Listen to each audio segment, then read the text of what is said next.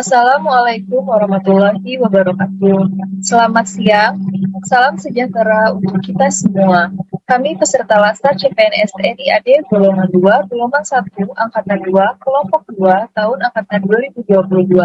Kami akan menjelaskan mengenai tokoh panutan yang akan dideskripsikan bersama dengan nilai-nilai ASN berakhlak. Tokoh panutan yang kami panuti yaitu B.J. Habibie. Berikut biografinya. Biografi B.J. Habibie. B.J. Habibie lahir 25 Juni 1936 di Afdeling, Parepare, Kerebes, Hindia Belanda. Beliau merupakan anak keempat dari 8 bersaudara, pasangan Alwi Abdul Jalil Habibie dan R.A. Putih Marini Puspawarjoyo. Ayahnya yang berprofesi sebagai ahli pertanian yang berasal dari etnis Gorontalo, sedangkan ibunya dari etnis Jawa. Profesor Dr. Andes Insinyur Haji Baharudin Yusuf Habibie Frank adalah Presiden Republik Indonesia yang ketiga dengan masa jabatan selama 1 tahun 5 bulan. Habibie meninggal dunia di RSPAD Gatot Subroto pada tanggal 11 September 2019 pukul 18:05 waktu Indonesia bagian Barat.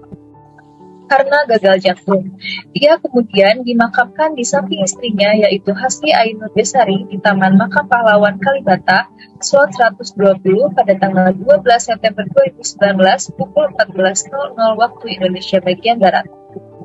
Dalam semasa hidupnya, beliau banyak menerapkan nilai-nilai ASN berakhlak. Berikut nilai-nilai ASN berakhlak yang dapat kita teladani dari beliau, diantaranya berorientasi pelayanan, akuntabel, kompeten, harmonis, loyal, adaptif, dan kolaboratif. Selanjutnya, yang saya jelaskan adalah tentang berorientasi pelayanan. Berorientasi pelayanan yang dilakukan oleh Profesor Dr. Insinyur Haji Baharudin Yusuf Habibie merupakan seorang tokoh yang sangat berkomitmen dalam memberikan pelayanan. Terbukti pada saat beliau menjabat sebagai Presiden Indonesia, banyak yang beliau lakukan untuk negara kita yaitu Indonesia. Contoh pelayanannya yang pertama adalah 1. Membuka sekolah Magnet School, selanjutnya berganti nama menjadi SMU Insan Cendekia di Serpong dan di Gorontalo melalui program penyetaraan IPTEK atau Science and Technology Equity Program. Yang kedua adalah menciptakan pesawat N250 agar wilayah Indonesia bisa terlayani dan terkoneksi lewat udara. Yang ketiga adalah membuat kebijakan ekonomi pada saat menjabat sebagai seorang presiden, sehingga mampu membuat tukar nilai rupiah menjadi lebih kuat secara signifikan.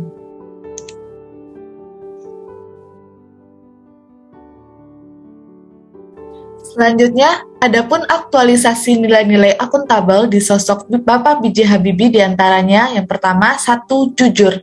Saat Bapak B.J. Habibie menjabat sebagai presiden, beliau tidak segan memberantas KKN, korupsi, kolusi, dan nepotisme yang merebak semasa Orde Baru. Salah satu pelakunya adalah Tommy Soeharto yang terjerat kasus korupsi padahal fakta Soeharto adalah seorang yang dekat dengan beliau, namun ia tidak memandang hal itu, sebab kejujuran dan keberanian serta profesionalitaslah yang ia junjung tinggi dalam jabatannya.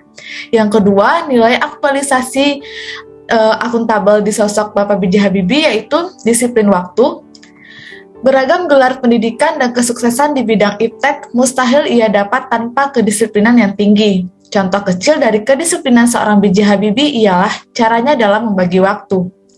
Dalam 24 jam, pria yang akrab kita panggil dengan Eyang ini konsisten membagi waktunya untuk ibadah, olahraga, aktivitas pribadi, atau berbincang dengan para tamunya. Namun, dari semuanya, ia paling banyak menghabiskan waktu untuk membaca dan menulis. Bahkan dilaporkan total waktu yang ia habiskan untuk membaca dan menulis adalah sebanyak 7 jam dalam sehari. Untuk aspek yang ketiga, itu adalah kompeten. Kompetensi yang dimiliki oleh sosok B.J. Habibie sepertinya sudah tidak perlu diragukan lagi. Sebelum menjadi Presiden Republik Indonesia yang ketiga, dari tahun 1998 sampai 1999, beliau pernah menjabat sebagai Wakil Presiden Republik Indonesia yang ketujuh dalam Kabinet Pembangunan yang ketujuh. Habibie dikenal luas sebagai seorang profesor dan ilmuwan dalam bidang teknologi aviasi internasional. Juga dikenal sebagai satu-satunya Presiden RI yang berlatar belakang teknorat, serta mendapat julukan sebagai Bapak Teknologi Indonesia. Beliau belajar tentang keilmuan teknik mesin di Fakultas Teknik UI Bandung, dan sekarang menjadi ITB pada tahun 1954. Lalu melanjutkan studi teknik penerbangan dengan spesialisasi konstruksi pesawat terbang di Jerman Barat. Meraih gelar diploma insinyur dan gelar doktor insinyur dengan predikat summa cum laude. Pernah juga bekerja di sebuah perusahaan penerbangan di Jerman Barat, namun kembali ke Indonesia tahun 1973 atas permintaan Soeharto.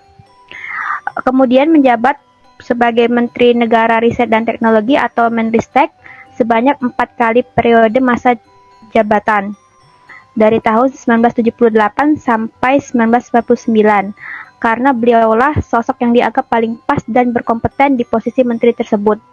Habibie juga menciptakan sebuah gebrakan di saat menjabat sebagai menteri, yaitu Visi Indonesia, di mana targetnya menjadikan Indonesia dikenal sebagai negara agraris yang dapat melompat langsung menjadi negara industri dengan penguasaan ilmu pengetahuan dan teknologi. Juga pernah terpilih sebagai Ketua Ikatan Cendekiawan Muslim Indonesia. Selain itu juga dikenal sebagai Bapak Teknologi Indonesia.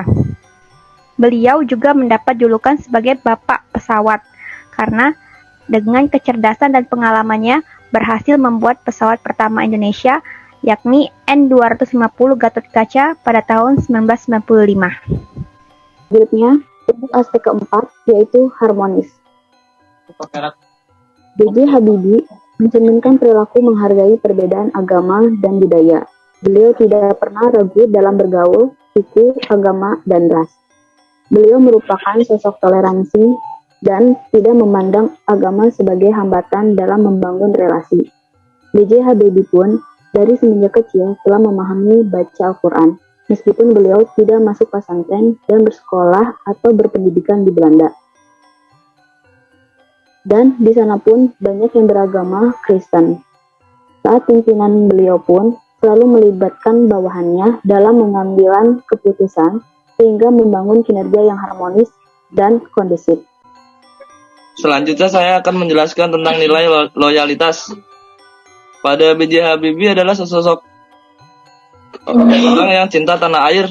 Saat itu beliau sangat sukses sebagai direktur perusahaan penerbangan di Jerman. Kemudian diminta kembali ke Indonesia sebagai Menteri Riset dan Teknologi. Tanpa ragu, B.J. Habibie pindah ke tanah air dengan alasan memberi segala ilmunya untuk kemajuan bangsa Indonesia. Nilai-nilai adaptif pada B.J. Habibie ini bisa kita lihat dari B.J. Habibie dikenal di internasional dengan inovasinya di negeri kita yang sangat tidak ternilai di Indonesia. Beliau dikenal sebagai Mr. Crack. Hal ini berkat teori yang dicetuskan beliau yang dilengkapi dengan perhitungan matematis mengenai rambatan titik-titik kerusakan pada pesawat. Berkat beliau, perjalanan pesawat di dunia internasional lebih aman dan mengurangi angka kecelakaan. Pada masa menjabat sebagai Presiden Indonesia, mengalami krisis ekonomi. Namun, B.J. Habibie bukan ahli ekonomi, tapi beliau membuktikan dirinya bisa mengatasi masalah ekonomi saat itu. Beliau dikenal dengan julukan Habibie-onomics. Adalah salah satu cara yang dilakukan beliau agar ekonomi Indonesia kembali bergeliat, yaitu dengan cara menggenjot sistem industri supaya memiliki nilai tambah.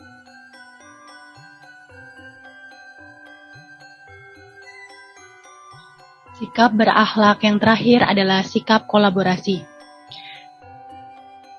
Selama menjabat, Bapak B.J. Habibie selalu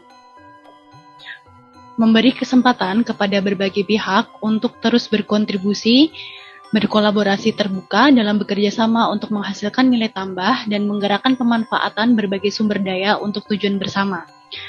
Contohnya adalah kerjasama pembuatan pesawat R-80 besutan Bapak B.J. Habibie. Bapak B.J. Habibie melakukan kolaborasi dan dari berbagai mitra dan perusahaan yang ada di Indonesia untuk pembuatan pesawat R80. Upaya Bapak B.J. Habibie untuk mewujudkan kemandirian industri dirgantara dalam negeri bukan tanpa sebab. Dengan kondisi Indonesia sebagai negara kepulauan, kebutuhan transportasi udara akan selalu dibutuhkan sampai kapanpun. Angkutan udara menggunakan pesawat terbang lebih cepat dan mudah menjangkau ke pulau-pulau atau ke daerah-daerah terpencil sekalipun di Indonesia. Dalam artian guna kepentingan negara kesatuan Republik Indonesia.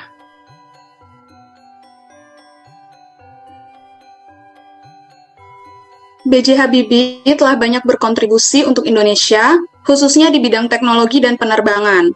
Sosok B.J. Habibie tidak hanya menjadi tokoh penting di Indonesia, tapi juga tokoh yang menginspirasi generasi-generasi penerus bangsa. Sepanjang usianya, Pak B.J. Habibie telah memberikan banyak nilai hidup yang bisa kita aplikasikan untuk kehidupan kita sebagai ASN. Tak hanya soal ilmu pengetahuan dan teknologi, tapi juga pemerintahan.